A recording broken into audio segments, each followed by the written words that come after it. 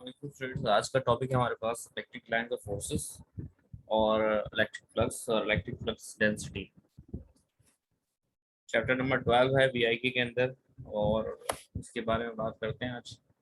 Electric lines of forces, कुछ idea आप लोगों के पास होगा कि इमेजिनरी लाइन्स ऑफ फोर्सेस होती हैं, इलेक्ट्रिक चार्ज से निकलती हैं और पॉजिटिव चार्ज से निकलती हैं और नेगेटिव चार्ज में टर्मिनेट होती हैं। Lines of forces originate from positive charge and terminates on negative charge. There will be no lines of forces inside the conductor or they cannot go through the conductor.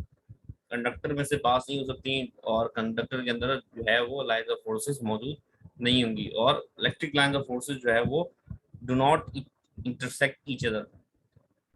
अब आते हैं next electric flux पे। Flux एक ऐसा concept है जिसको मतलब बहुत इंपॉर्टेंट समझा जाता है और आगे भी इसकी बहुत सारी एप्लीकेशन हम देखेंगे। तो पढ़ते हैं इसके बारे में। The total number of electric lines of forces crossing पर unit area. Number of lines of forces जितनी भी पास हो रही हैं एक एरिया में से। फॉर एग्जांपल मेरे पास ये एक एरिया है, ठीक है, मेटालिक शीट है कोई, और इसमें से मैंने लाइन्स ऑफ फोर्सेस पास कराई। ये एरोज नजर आ रही है, लाइन्स ऑफ फोर्सेस है। तो इलेक्ट्रिक लाइन्स ऑफ फोर्सेस जितनी पास हो रही हैं यूनिट एरिया में से उसको क्या कहेंगे हम? इलेक्ट्रिक फ्लक्स कहेंगे। Electric flux itself is a scalar quantity. Scalar quantity है इलेक्ट्रिक फ्लक्स, कोई डायरेक्शन मौजूद नहीं होती इसकी, ठीक है। Mathematically electric flux is defined as the scalar product और the dot product. Scalar product भी कह सकते हैं और डॉट प्रोडक्ट भी कह सकते हैं। Electric field intensity E, electric field intensity E and the vector area delta A. Vector area का मतलब क्या है? वेक्टर एरिया का मतलब ये है कि जो हमारे पास फ्लक्स प्रोड्यूस होगा वो इन दोनों के डॉट प्रोडक्ट से होगा, और इसका मतलब ये है कि अगर डॉट प्रोडक्ट हटाते हैं तो क्या लग सकता है? कॉस थीटा लग सकता है। दैट मीन्स इंटेंसिटी और एरिया दोनों के ऊपर कोई ना कुछ एंगल होगा, कुछ ना कुछ एंगल बनेगा दोनों के बीच में। और अगर एरिया की डायरेक्शन मुनासिब रखी जाए तो फ्लक्स मैक्सिमम भी हो सकता है, और एरिया की जो डायरेक्शन है अगर मुनासिब ना हो तो एरिया का जो फ्लक्स है लाइन जो फोर्सेस से पास होने वाला वो जीरो भी हो सकता है। तो इस वजह से हम क्या कंसिडर करेंगे यहाँ पर? एरिया को एज अ स्केलर कंसिडर नहीं करेंगे, एज अ वेक्टर कंसिडर करेंगे, ठीक है। और इसके लिए इसी के ऊपर एरो भी लगाया। अच्छा, if delta phi is the electric flux and E be the intensity, electric field intensity कह दें, इंटेंसिटी कह लें, and delta A is the vector area, then electric flux इसके बराबर होता है ई इंटू डेल्टा। इधर डॉट प्रोडक्ट लगा हुआ है, डॉट प्रोडक्ट का मतलब क्या है? स्केलर प्रोडक्ट है, और डॉट प्रोडक्ट का मतलब ये भी होता है कि इनके बीच में कॉस थीटा जो है वो लगेगा। So electric flux delta phi through a surface depends upon the electric field intensity, vector area and the angle between them. तीनों चीजों पे डिपेंड करेगा। इलेक्ट्रिक इंटेंसिटी पे भी, ज्यादा इंटेंसिटी होगी ज्यादा फ्लक्स होगा, ज्यादा बड़ा एरिया होगा ज्यादा लाइन्स ऑफ फोर्सेस पास होंगी, जाहिर सी बात है ज्यादा फ्लक्स होगा, और इनके बीच में जो एंगल बन रहा है उस पर भी डिपेंड करेगा, ठीक है। इसके कुछ स्पेशल केसेस हैं। Number 1, flux will be maximum when the vector area is parallel to the electric field intensity E। अगर फॉर एग्जांपल मैं सपोज करूं मेरे पास एक शीट है, मेटालिक शीट, और उसमें से इलेक्ट्रिक लाइंस ऑफ फोर्सेस पास हो रही हैं, तो अगर मेरी इलेक्ट्रिक लाइंस ऑफ फोर्सेस की डायरेक्शन इस तरफ है राइट साइड पे, और जो मेरे पास एरिया बन रहा है उसका भी वेक्टर एरिया जो है यूनिट वेक्टर जो बताया जा रहा है वो इसी तरफ है, तो इनका जो फ्लक्स प्रोड्यूस होगा उनके बीच में वो मैक्सिमम होगा। देख लेते हैं कैसे।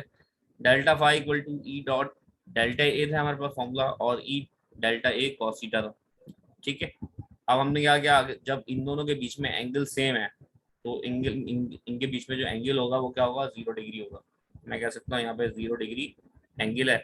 मैं cos 0 रखता हूँ, cos 0 किसके बराबर होता है? cos 0 1 के बराबर होता है। मल्टीप्लाई कर दूंगा तो मैक्सिमम फ्लक्स मेरे पास प्रोड्यूस होगा जब इलेक्ट्रिक फील्ड इंटेंसिटी और वेक्टर एरिया का प्रोडक्ट हो जब, ठीक है।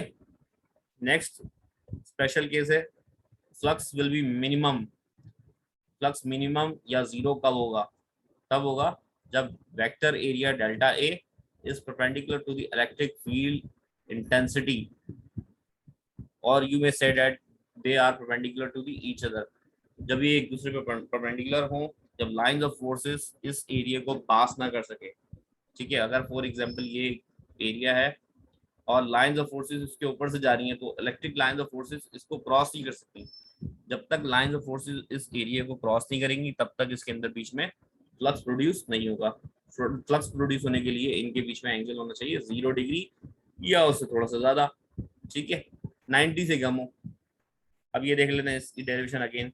ये delta flux equal to E dot delta A formula था हमारे पास। ई डॉट डेल्टा ए की जगह हमने रखा ई डेल्टा ए और थीटा, और थीटा की जगह मैं कह सकता हूँ कि अगर ये 90 है, इंटेंसिटी की जो डायरेक्शन ऐसे है, और जो हमारे पास एरिया है वो उसके ऊपर 90 डिग्री के ऊपर है, इनके ये जो है वो लाइंस ऑफ फोर्सेस इस एरिया को क्रॉस नहीं कर सकेंगी। तो cos 90 रख देना, cos 90 किसके बराबर होता है 0 के बराबर, और यहाँ पे पुट कर दूंगा 0, 0 मल्टीप्लाई अगर ई और डेल्टा ए से, तो आंसर क्या आ जाएगा फ्लक्स का मिनिमम। ये दोनों केसेस हैं, ये दोनों इंपॉर्टेंट भी हैं फ्लक्स के बारे में जानने के लिए कि फ्लक्स कब मैक्सिमम होगा और कब मिनिमम होगा। Flux will B positive, flux कब पॉजिटिव होगा जब थीटा जो है वो लेस देन हो 90 डिग्री से। थीटा जब 90 डिग्री से छोटा होगा, एंगल जब इनके बीच में 90 से कम रखा जाएगा इंटेंसिटी और एरिया के बीच में, तब फ्लक्स क्या होगा पॉजिटिव होगा। Flux will be zero, flux कब जीरो होगा जब एंगल थीटा 90 के बराबर हो, और फ्लक्स विल बी नेगेटिव जब एंगल जो है वो क्या हो 90 से ग्रेटर हो। Flux will be maximum at theta equal to 0 degree, जब थीटा इन दोनों के बीच में, एंगल इनके बीच में 0 होगा, तो फ्लक्स क्या होगा मैक्सिमम होगा, ठीक है। अब देखते हैं यूनिट, इलेक्ट्रिक फ्लक्स का यूनिट बनता है हमारे पास न्यूटन मीटर स्क्वायर पर कूलम। इलेक्ट्रिक फ्लक्स डेंसिटी, अब फ्लक्स डेंसिटी की बात कर लेते हैं। फ्लक्स डेंसिटी क्या है? Electric flux density is defined as electric flux per unit area. जो इलेक्ट्रिक फ्लक्स बन रहा है और पर यूनिट एरिया बन रहा है, उसको कहते हैं इलेक्ट्रिक फ्लक्स डेंसिटी।